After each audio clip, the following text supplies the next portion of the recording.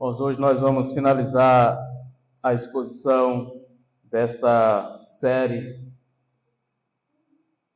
que iniciou com a primeira epístola de Paulo aos Tessalonicenses e agora a segunda.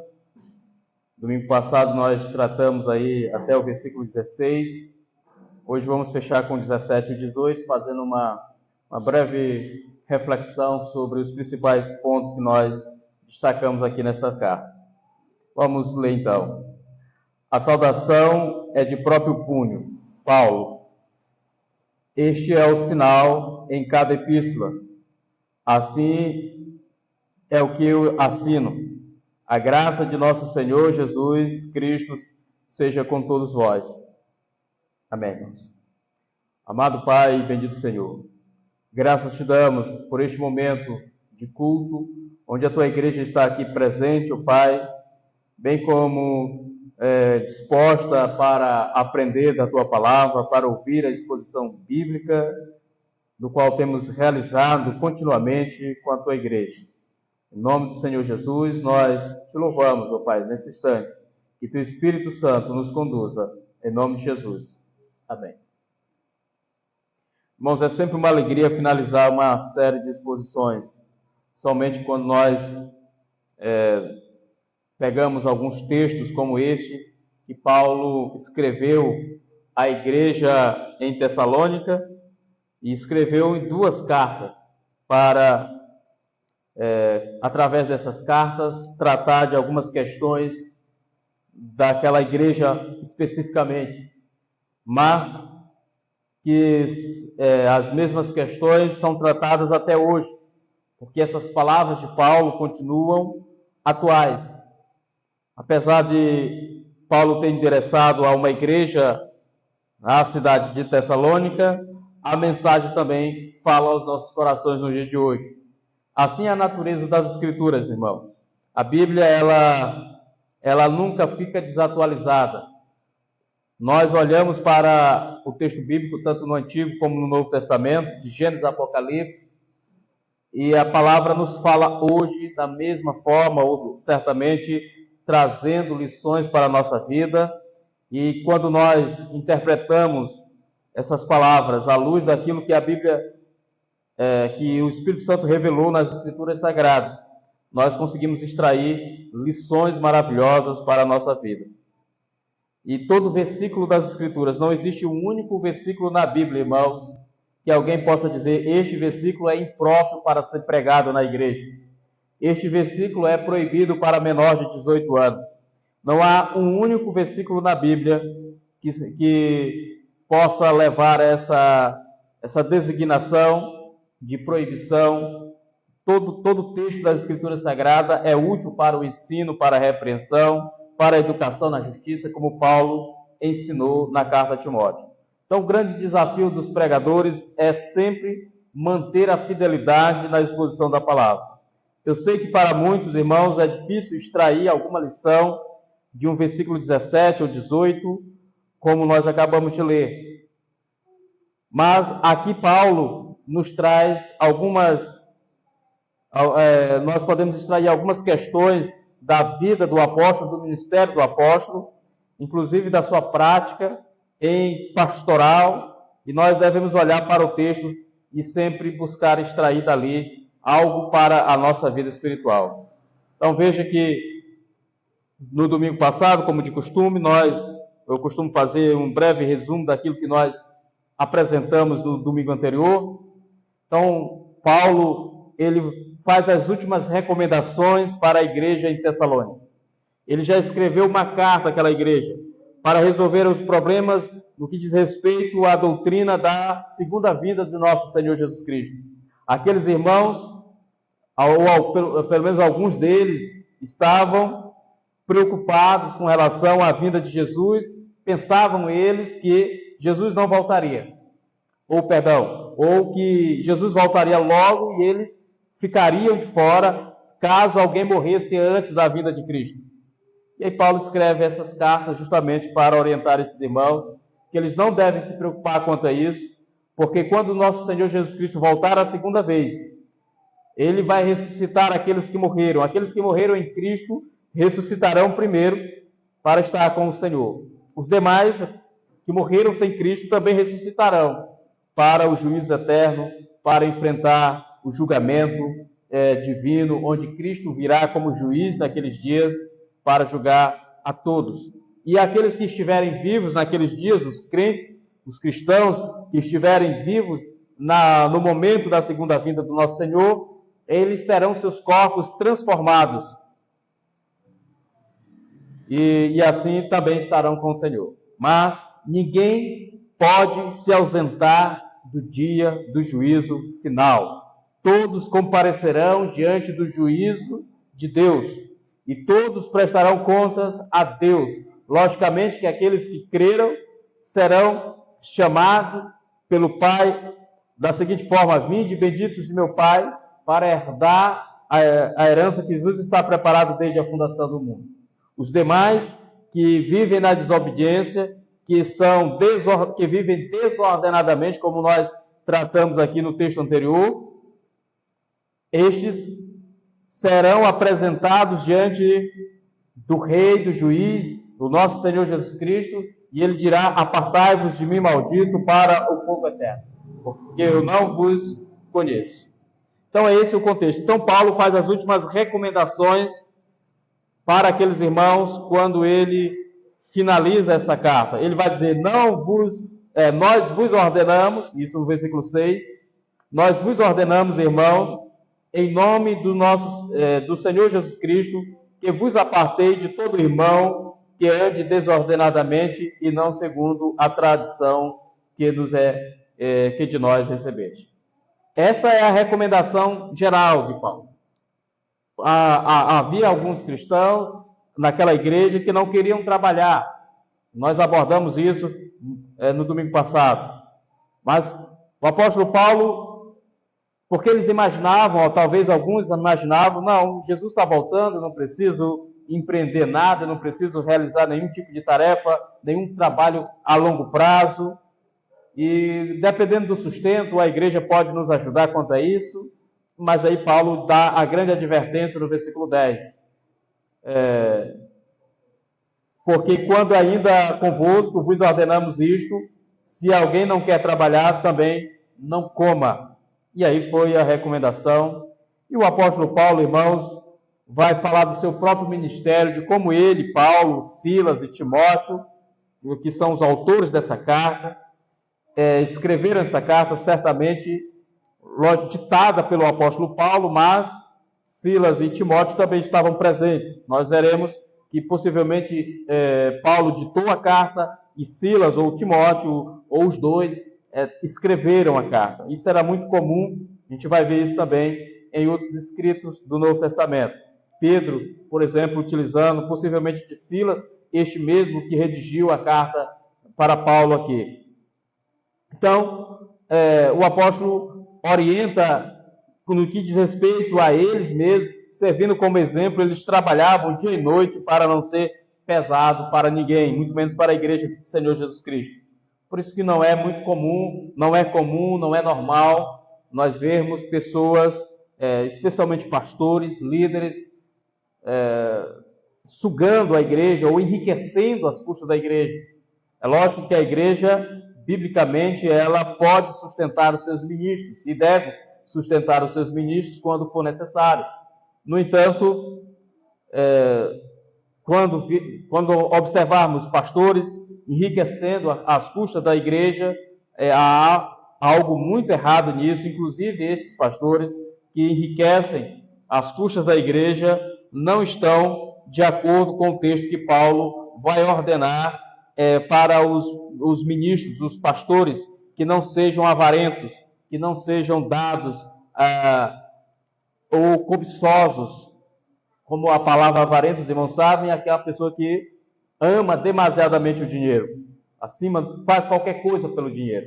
Então essas pessoas estão distantes do evangelho, são mercenárias, elas trabalham por causa do dinheiro e somente pelo dinheiro, e por isso que há muitos pastores que estão enriquecendo às custas das igrejas. Isso é uma vergonha, irmãos. Não procede do evangelho de Cristo. Não é assim que Jesus Cristo nos ensinou. Não é assim que o apóstolo Paulo nos ensinou, e nenhum dos outros apóstolos. mesmo os demais apóstolos que eram sustentados pelas ofertas, pelos dízimos da igreja, mesmo esses apóstolos, em nenhum momento eles ensinam essas coisas. Mas, na verdade, eles falam de lobos vorazes que entrarão no rebanho para saquear o rebanho, para tirar do rebanho proveito próprio. Isso não é bíblico e nós precisamos ter muito cuidado com essas coisas. Muito bem, então, diante disso, o apóstolo Paulo finaliza a carta no versículo 17, como nós acabamos de ler, com a sua saudação. E aqui nesta carta, especificamente nesta carta, o apóstolo Paulo faz uma saudação de próprio punho, como ele diz. E ele vai dizer, a saudação é de próprio punho. Paulo, este é o sinal em cada epístola, assim é o que eu assino. Então, o apóstolo, ele costumava, em suas cartas, autografar as suas cartas. Nós poderíamos intitular esta mensagem de hoje como o autógrafo de Paulo.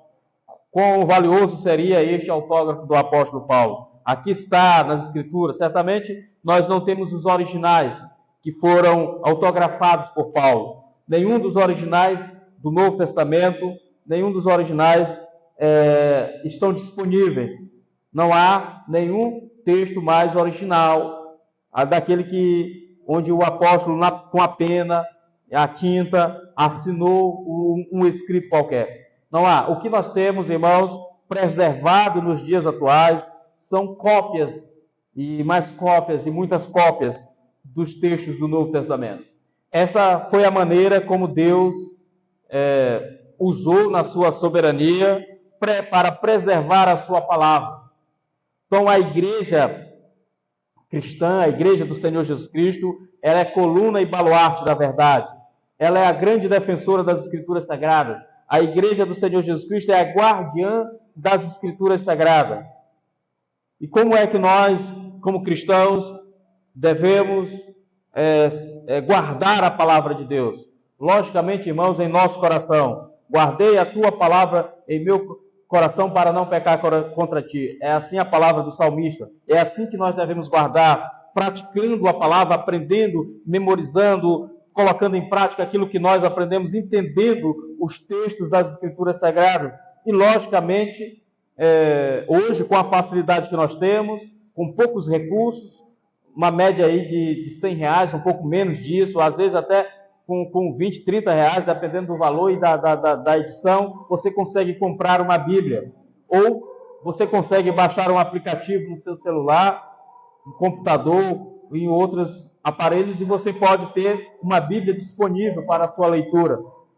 Então, nos dias atuais, uma caça às Escrituras, como aconteceu no período, nos primeiros séculos, seria impossível, irmãos, alguém eliminar de forma, através de leis, de decreto, as Escrituras Sagradas, porque pelo um simples PDF, nós podemos enviar as Escrituras Sagradas para qualquer parte do mundo. Então, mas nos dias de Paulo, irmãos, as dificuldades eram imensas, não havia o papel tal qual nós conhecemos. Sabemos que no período bíblico eles usaram os pergaminhos, papiros, né? Foram esses que foram utilizados para escrever a palavra de Deus, e era escrito à mão, os rolos. Imagina você pegar, Paulo escreveu uma carta e enviou isso, era algo maior do que a gente tem uma Bíblia hoje. Então, nós temos uma Bíblia tão pequena que cabe na palma das nossas mãos, e nós podemos ler de Gênesis a Apocalipse. Mas nos dias do apóstolo Paulo, no Antigo Testamento e no Novo Testamento, irmãos, para você ter a Bíblia toda em sua casa, você precisaria de uma estante completa, com todos os rolos ali colocados. Você ia ler a Bíblia, você pegava o rolo, por exemplo, de Gênesis, o outro de Êxodo, ou então você queria ler agora as cartas de Paulo, você já ia para outro e pegava na gaveta ou ali na estante onde elas eram guardadas, aquele escrito específico para você fazer a leitura. Não tinha uma Bíblia organizada como nós temos hoje, e a facilidade como nós temos nos dias atuais, irmãos. para ler as Escrituras.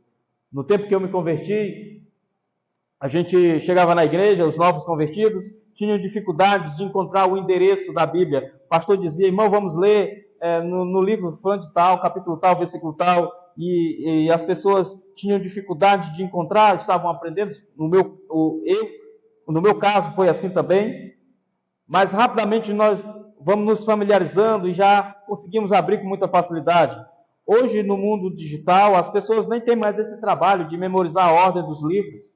Basta ir lá e clicar lá no índice rápido e pega o capítulo, o versículo e ler.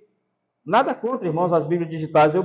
Elas precisam ser difundidas mesmo através dos meios digitais. Eu só acho meio estranho. Na igreja a gente não preferir utilizar a digital do que usar a Bíblia física mesmo. Você pegar, você manusear, você sentir o papel, você ler o texto no papel. Eu acho que isso é insubstituível para nós. Eu sei que o mundo está evoluindo, tá? Como eu acho estranho às vezes também, pastores, até reformados mesmo, muitos nós, ao pregar, chega e coloca um notebook, um laptop em cima do púlpito. Eu acho ainda não consegui assimilar essa ideia. Eu prefiro as Escrituras, estar aqui manuseando a palavra de Deus, abrindo em Timóteo, folheando, passando, riscando, sublinhando a palavra, né? Fazendo observações nos próprios textos. Irmãos, que se os irmãos observarem, a minha Bíblia é assim, ó, os textos onde eu passo, os irmãos percebem, estão marcadas, riscadas, porque eu vou fazendo anotações, às vezes um versículo cruzado que está lá em outro texto, eu anoto aqui neste. Então eu vou fazendo as minhas anotações. Eu acho isso muito pedagógico, muito didático. Então é diferente de uma Bíblia digital. Eu sei que há aplicativos que você pode fazer isso também, mas ainda assim eu prefiro manual, eu prefiro manusear as Escrituras Sagradas. É preferível manusear. E naqueles dias, irmãos, o apóstolo Paulo, ele dá o seu autógrafo. Hoje, você pode assinar qualquer documento através de um certificado digital. Você tem um certificado digital, você cria um certificado digital. Eu criei um quando eu estava na Secretaria de Educação, trabalhando ali, e era necessário criar, porque todos os documentos oficiais precisam ser assinados digitalmente, e então foi necessário criar um certificado digital. Você pode assinar digitalmente hoje, tem assinatura digital. No entanto, o apóstolo Paulo faz o seu autógrafo mesmo de próprio punho, como ele diz aqui. A saudação é de próprio punho, Paulo. E este é o sinal em cada epístola. Assim é que eu assino. Por que Paulo faz esse autógrafo dessa forma, irmãos? Por que o apóstolo Paulo, ele faz questão de mencionar o seu autógrafo? Aqui está dizendo que em todas as outras epístolas, Paulo fazia a mesma coisa, mas quando nós olhamos, por exemplo, o final da carta de Paulo a Timóteo, nós não vamos ver mencionando a questão do autógrafo. Nós vamos ver, por exemplo, na primeira carta de Paulo aos Coríntios, se os irmãos puderem acompanhar, no capítulo 16, o apóstolo vai dizer o seguinte, no versículo 20: todos os irmãos vos saúdam, saudai-vos uns aos outros com ósculo santo. A saudação escrevo-a eu, Paulo, de próprio punho. Se alguém não ama o Senhor, seja anátema, maranata. A graça do Senhor Jesus seja convosco, e o meu amor seja com todos vós em Cristo Jesus. Observa que diz o versículo 21. A saudação escrevo-a eu, Paulo, de próprio punho.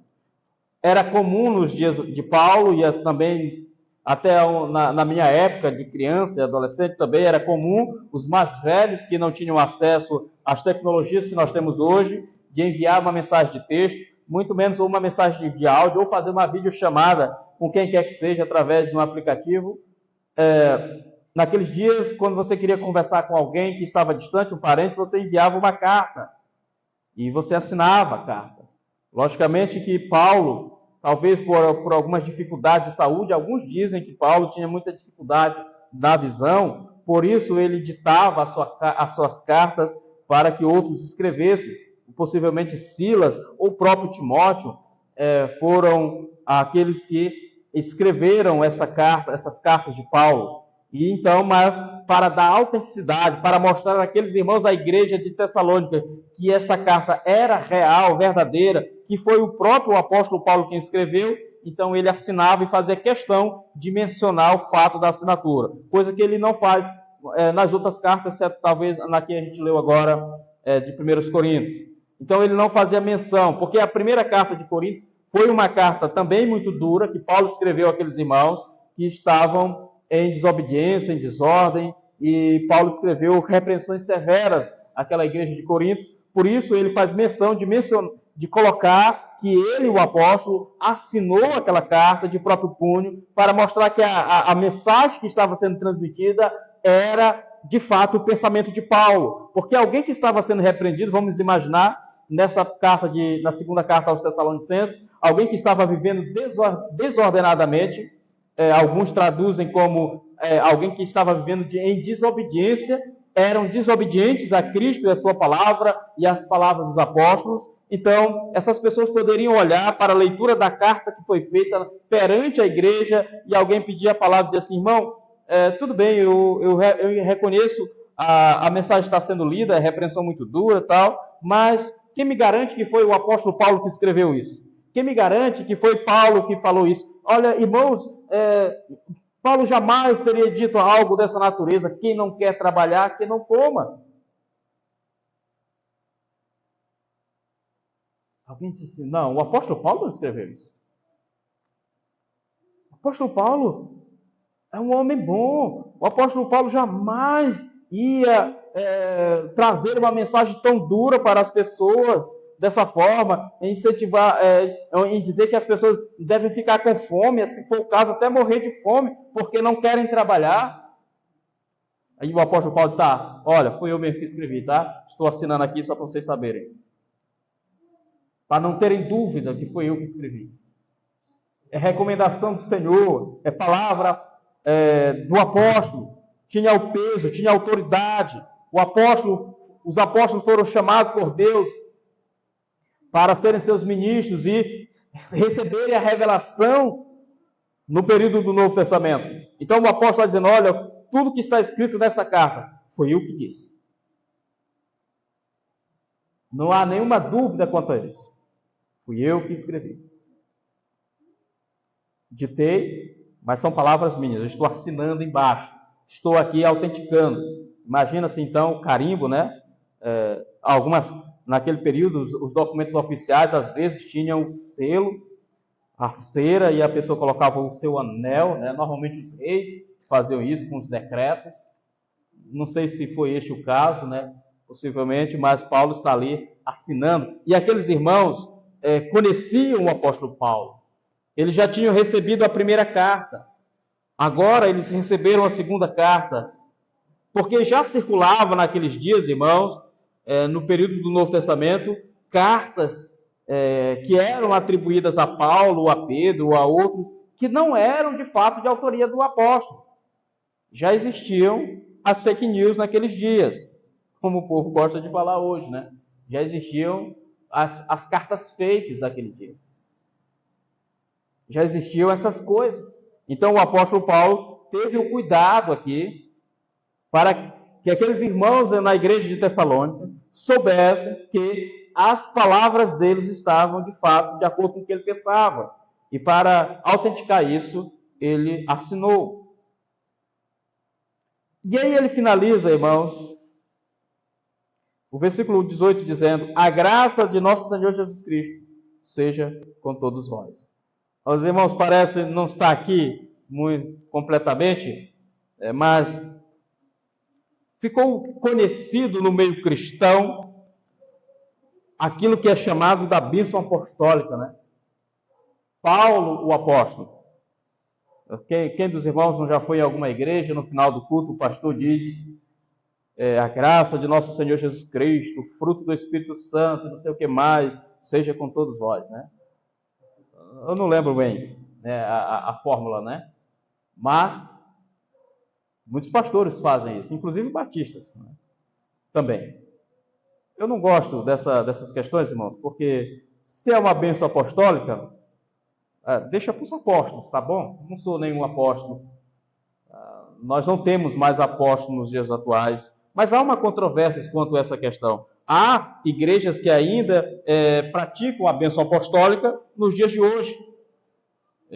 Há pastores de igrejas reformadas que são dados a praticarem a bênção apostólica. Eu não vejo como próprio, né, de um pastor nos dias atuais estar realizando esse ritual, a bênção apostólica, no final do culto. Também não digo aos irmãos que é uma coisa assim tão horrenda, né, mas eu prefiro não utilizar. Então, mas o apóstolo Paulo termina com a palavra que representa muito bem os seus escritos: a graça de nosso Senhor Jesus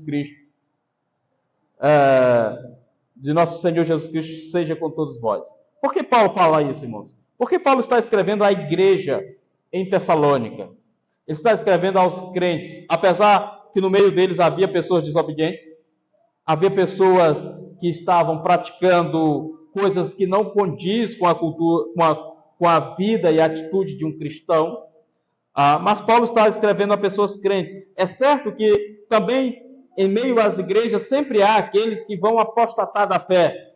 E só podem apostatar da fé, irmãos, pessoas que realmente nunca se converteram. Então a verdadeira apostasia se dá por pessoas que frequentam as igrejas, se tornam crentes nominais, os seus nomes são colocados na relação de membros da igreja, mas os seus nomes não estão escritos no livro da vida. Somente essas pessoas apostatarão da fé. Nós vimos isso aqui nessa carta, sobre a grande apostasia. Então, as pessoas vão apostatar da fé, são pessoas que, aparentemente cristãs, frequentadores de igrejas, em um determinado momento elas desistem de tudo isso, abandonam aquela fé que aparentemente elas abraçaram, e então essas são as pessoas que apostataram. Porque um verdadeiro crente, nascido de novo, salvo, chamado pela graça irresistível de nosso Senhor Jesus Cristo, uma pessoa dessa jamais apostatará da fé. Porque é impossível que uma pessoa que apostate da fé, ela venha a ser reconciliada novamente com Deus. É lógico que eu não estou dizendo que as pessoas que abandonaram a fé estavam corretamente, intimamente com Deus, mas elas estavam vivendo em uma aparência, como se fossem cristãos. E aí eu costumo usar aquela dádiva popular que as pessoas costumavam fazer para a gente, né? A adivinha, né? Então, tem aparência de crente, anda como crente, fala como crente, mas crente não é. Então, há muitas pessoas assim, infelizmente, irmãos. E elas estarão dentro das igrejas, mas elas serão retiradas naquele momento em que Jesus voltará, em que Jesus vai voltar, e ao voltar, Jesus vai separar o joio do trigo. O trigo será colocado no celeiro, que representa os eleitos, os salvos, a igreja. Os demais, que é a palha, o joio, será lançado no fogo que não se apaga, no fogo inextinguível. Irmãos, que coisa! Nós devemos olhar para as Escrituras e ver que a graça de nosso Senhor Jesus Cristo, que Paulo fala aqui, ela vai estar sempre com a igreja. Seja nos momentos bons, nos momentos ruins, mas pela graça nós somos salvos. Essa graça, ela é a graça salvífica, certamente, mas há também a graça comum, que ela é concedida a todas as pessoas, inclusive aqueles que não são crentes. Mas a graça salvífica é só para a igreja. Eu creio que aqui o versículo aponta para esta graça salvadora de nosso Senhor Jesus Cristo, para com todos os irmãos daquela igreja em Tessalônica. A graça de nosso Senhor Jesus Cristo seja com todos vós. Amém, irmãos? Então, essa é a palavra que eu gostaria de trazer aos irmãos, fazendo essa breve reflexão, para finalizar esse texto, e dizer aos irmãos que essas duas cartas, nós fomos trabalhando, expondo, nós vimos aqui, por exemplo, Paulo orando profundamente, intensamente pelos irmãos em Tessalônica, coisa que nós devemos fazer, orar uns pelos outros. O apóstolo Paulo não teve nenhum receio de, em um dado momento da sua carta, pedir oração para aqueles irmãos em favor dele e de Silas e de Timóteo. Paulo pede oração, no capítulo 3, ele diz: finalmente, irmãos, orai por nós, para que a palavra do Senhor se propague e seja glorificada, como também está acontecendo entre vós. O apóstolo Paulo, ele não ora, ele não pede oração em benefício próprio. É interessante isso, né, irmãos? Normalmente nós vamos orar, nós fazemos os nossos pedidos de oração e fazemos em favor de nós mesmos, de algum projeto pessoal. Mas o apóstolo Paulo está pedindo oração para que a palavra do Senhor seja propagada, para que as portas sejam abertas para a pregação do Evangelho. É lógico que o apóstolo Paulo, para ele poder ir e pregar o Evangelho, era necessário que ele estivesse bem de saúde. Então, lógico, nós devemos orar pela saúde dos pastores, pela saúde dos missionários, pela saúde daqueles que pregam, porque sem saúde ou sem condições mínimas de saúde, eles não poderão ir pregar o Evangelho, ou terão mais dificuldade de fazer isso. Devemos orar pelas nossas condições básicas de sustento, de alimentação. O apóstolo Paulo, o maior bandeirante da história do cristianismo, certamente, foi um homem que não viveu na riqueza. Ele viveu todo o seu ministério no limite do necessário. Então, Paulo vai dizer: você está contente tanto na fartura como na escassez. O apóstolo Paulo passou fome, nudez, perigo, fome, frio, perseguições, prisões e, por fim, a morte. O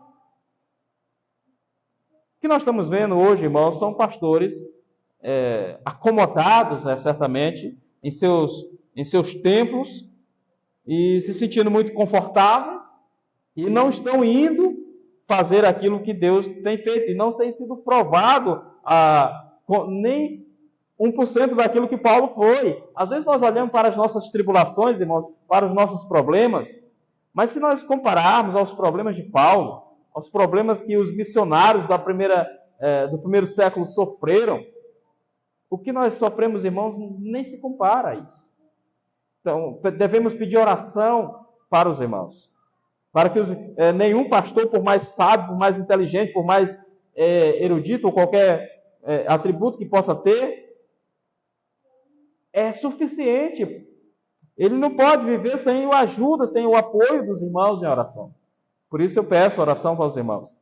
E nós devemos orar pelos nossos missionários, pelos nossos obreiros, por aqueles irmãos que se dispõem, que recebem o chamado de Deus para tal atividade.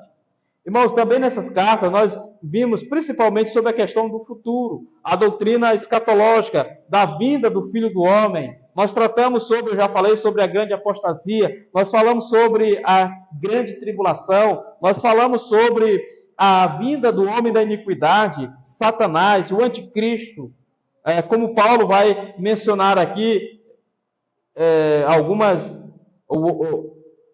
o filho da perdição, o homem da iniquidade. Ele está se referindo ao anticristo. E nós tratamos esse assunto aqui mostrando que futuramente, em um determinado momento, o anticristo vai vir. Ele ainda não veio, porque Deus ainda não permitiu a sua vinda, ainda não é a hora, ainda não é o momento. Mas no momento certo ele virá e vai perseguir a igreja de Cristo ao ponto de muitos cristãos serem mortos durante essa grande tribulação. Como diz o livro de Apocalipse, que multidões dos eleitos que foram mortos, dos que vieram da grande tribulação, vão estar diante do trono de Deus clamando por justiça. Essas pessoas, como diz o livro de Apocalipse, morrerão durante a grande tribulação. E a grande tribulação terá o anticristo como aquele que vai empreender essa grande tribulação contra a igreja. Então, esta história de que a igreja será arrebatada antes da grande tribulação, irmãos, não tem fundamento nas Escrituras. Jesus diz que aqueles dias serão abreviados por causa dos eleitos, por causa dos escolhidos, porque senão nem mesmo os eleitos, a própria igreja de Cristo suportaria tamanha perseguição. E Jesus diz isso lá em Mateus 24. Nós também já estudamos Mateus 24. Então, sobre essa doutrina do futuro, nós tratamos aqui com os irmãos, tanto na primeira carta como na segunda carta. Paulo vai falar da necessidade de vigilância. A igreja precisa estar vigilante, porque não sabemos a hora nem o dia em que o nosso Senhor Jesus Cristo virá. E ele virá como um ladrão, diz as Escrituras, e poderá apanhar as pessoas despercebidas, despreocupadas, de surpresa. Mas a igreja, irmãos, ela deve estar preparada todo o tempo para a vinda do nosso Senhor Jesus Cristo.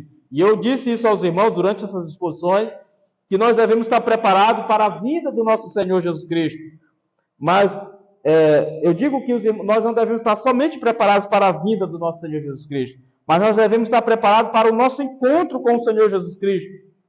Porque a vinda do Senhor pode demorar. A vinda do Senhor não será amanhã pela manhã, eu posso dizer isso aos irmãos. Talvez não daqui a um mês, nem daqui a um ano, porque há eventos que antecedem a vinda do nosso Senhor Jesus Cristo que ainda não aconteceu, ainda não aconteceram. Por exemplo, um deles é a vinda do anticristo. Então, a vinda do anticristo, ele ainda não veio. Logicamente, nós podemos afirmar que Jesus ainda não virá, mas nós devemos estar preparados para o nosso encontro com ele, porque se ele não vir daqui a 1 ano, 2 anos, 20 anos, 30 anos, 50 anos, 100 anos, mas certamente nós iremos até ele. Nós não vamos viver tanto assim. Nós poderemos nos unir com ele amanhã mesmo, ou hoje mesmo. E por isso devemos estar preparados. Por isso devemos estar em vigilância constante, que o dia do Senhor vem como ladrão de noite, ou seja, quando ninguém está esperando. Mas a vinda do Senhor, como nós já estudamos aqui, ela será um evento onde todo olho verá. Todo olho verá. Será como um relâmpago que sai do Oriente até o Ocidente. Todo olho verá. E dessa maneira, irmãos, o apóstolo Paulo recomenda a vigilância. Aqui também na primeira carta, Paulo vai falar, irmãos, sobre, por exemplo, recomendações finais. E ele vai dizer: orar sem cessar, regozijar-vos sempre, orar sem cessar, em tudo dai graça, porque esta é a vontade de Deus. Eu estou lendo na primeira carta de Paulo aos Tessalonicenses, capítulo 5, versículo 16 em diante. Vou ler de novo. Regozijar-vos sempre, orai sem cessar, em tudo dai graça, porque esta é a vontade de Deus em Cristo Jesus para conosco. Não apagueis o Espírito, não desprezeis as profecias, julgai todas as coisas, retende o que é bom, abstendo-se de toda forma do mal. E aí nós estudamos essas partes aqui, inclusive eu destaquei o versículo 20 em uma única mensagem. O versículo 20 diz: não desprezei as profecias. Jamais devemos desprezar as profecias, irmãos. As profecias que estão reveladas, e aqui na palavra de Deus. No Antigo Testamento, Deus revelou aos profetas. No Novo Testamento, aos evangelistas, aos apóstolos, que escreveram os evangelhos, Atos dos Apóstolos, as cartas de Paulo, Pedro, João, Tiago, Judas, o Apocalipse de João. Então, para nós, são estas as profecias. Qualquer coisa que venha além disso, que venha além dessas profecias que estão aqui nas Escrituras Sagradas, devem ser consideradas anátemas, malditas. Porque Paulo diz isso em Gálatas 1:8. Porque mesmo que venha um anjo do céu e vos pregue o evangelho, que vá além do que vos temos pregado, seja maldito, seja anátema. Então, nós jamais devemos desprezar as profecias. Agora, tem gente que diz amar as profecias e viver profetizando o tempo todo em busca de novas profecias e desprezam a verdadeira profecia, que é a palavra de Deus. Essas pessoas estão em rebeldia contra Deus. Elas estão se rebelando e querendo trazer novas profecias e desprezando as verdadeiras profecias que está compreendida de Gênesis a Apocalipse. Toda vez que a Bíblia é aberta, toda vez que a Bíblia é pregada, é Deus falando ao seu povo. Isso é profecia, irmãos. Isso é uma maneira de profetizar. Logicamente, hoje, a profecia é de forma ordinária. Nós levamos a palavra de Deus. Então, nós profetizamos porque nós estamos levando a palavra de Deus ao povo. No período bíblico, não. Deus falava ao profeta e o profeta, então, falava ao povo diretamente. Mas hoje, Deus fala através da sua palavra. Inclusive, a nossa confissão de fé, no primeiro capítulo, vai abordar isso muito bem. Então, aqui está, irmãos, as lições, ou lógico que não dá para mencionar todas, mas eu apenas coloquei algumas delas, para que os irmãos possam reler essas cartas, essas duas cartas, extrair daqui as lições ou relembrar aquilo que foi ensinado para nós aqui de púlpito, e os irmãos possam analisar, assim como fizeram os crentes de Bereia.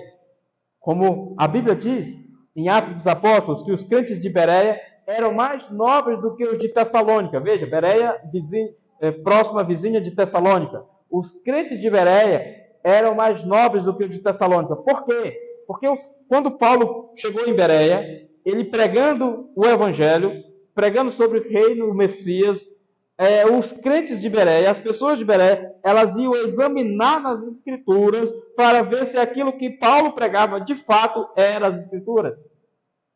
Então, do mesmo modo, irmãos, nós devemos examinar as Escrituras para ver se aquele que está sendo pregado é de fato a palavra de Deus. Eu tenho observado nos dias atuais, as pessoas, elas costumam postar trechos, pedaços, vídeos curtos de pregações, de mensagens, de pastores, de líderes por aí. E quando nós vamos ver, irmãos, quando nós vamos analisar o conteúdo que está sendo ensinado, é um evangelho antropocêntrico, onde o homem está no centro. É um evangelho para amaciar o ego das pessoas. É um evangelho para inflar o ego das pessoas e não para glorificar a Deus. E nós devemos examinar tudo. Paulo diz aqui nessa carta, na primeira carta, como eu li agora há pouco com os irmãos, julgai todas as coisas, retendo o que é bom, abstendo-se de toda forma do mal. Então devemos julgar todas as coisas. Porque a dádiva, ou seja, o princípio que as pessoas têm hoje é não julgueis, não julgueis. As pessoas pegam só essa parte do texto e dizem não julgueis, e que nós não devemos julgar ninguém. Irmãos, não é isso. Não julgueis, mas nós devemos julgar com a reta justiça. E o texto de Paulo diz, julgai todas as coisas, retendo o que é bom. Devemos julgar sim, irmãos, pela reta justiça. Retendo o que é bom. Se tiver algo bom, então vamos reter. Se não tem, nós não vamos reter. Eu vou finalizar com uma mensagem do Paul Washer, quando ele proferiu o sermão chocante na introdução. Ele diz que, dizendo para a plateia, que ele estava num grande dilema. Não é bem essas palavras, mas vou tentar parafrasear o que ele falou. Ele disse, olha, eu estou diante de vocês. Se eu li o texto bíblico corretamente, se eu interpretei corretamente, se eu preguei corretamente e apliquei corretamente o texto, vocês estão numa enrascada. Se vocês não concordarem com o texto, vocês não estão discordando de mim, vocês estão discordando do próprio Deus. Agora, se eu interpretei de forma errada, se eu apliquei de forma errada o texto, se eu não fui fiel às Escrituras, eu estou encrencado. Eu vou ter de prestar conta com Deus. Então é sempre assim, irmãos. Por isso que os pregadores da palavra de Deus devem manter fidelidade ao Deus das Escrituras. Serem fiéis pregadores da verdade, porque eles prestarão contas. Todos prestarão contas a Deus. Agora os ouvintes, que ouviram o Evangelho sendo exposto, explicado, e não atendeu, e não aceitou, e rejeitou aquele ensino, sendo bíblico, sendo verdadeiro, então essa pessoa está em desobediência não contra o pastor ou a pessoa que proferiu, mas contra o próprio Deus. E ela vai prestar conta também. Amém, irmãos? Que Deus em Cristo possa abençoar os irmãos. Vamos orar mais uma vez. De pé, vamos fazer essa oração. Em seguida, nós vamos louvar ao Senhor com mais um cântico. Pai, muito obrigado por este momento em que na Tua presença nós nos reunimos para servir ao Senhor. Nos reunimos aqui, ó Deus, para bendizer o Teu santo e bendito nome, para ouvir a Tua palavra. E obrigado, Pai, por esta última exposição desta segunda carta de Paulo aos Tessalonicenses. Próximo domingo, que o Senhor nos conduza na próxima série de exposições que iniciaremos com a Tua igreja. Muito obrigado por tudo, te agradeço em nome de Jesus. Amém. Amém. Deus abençoe os irmãos. Os irmãos podem sentar.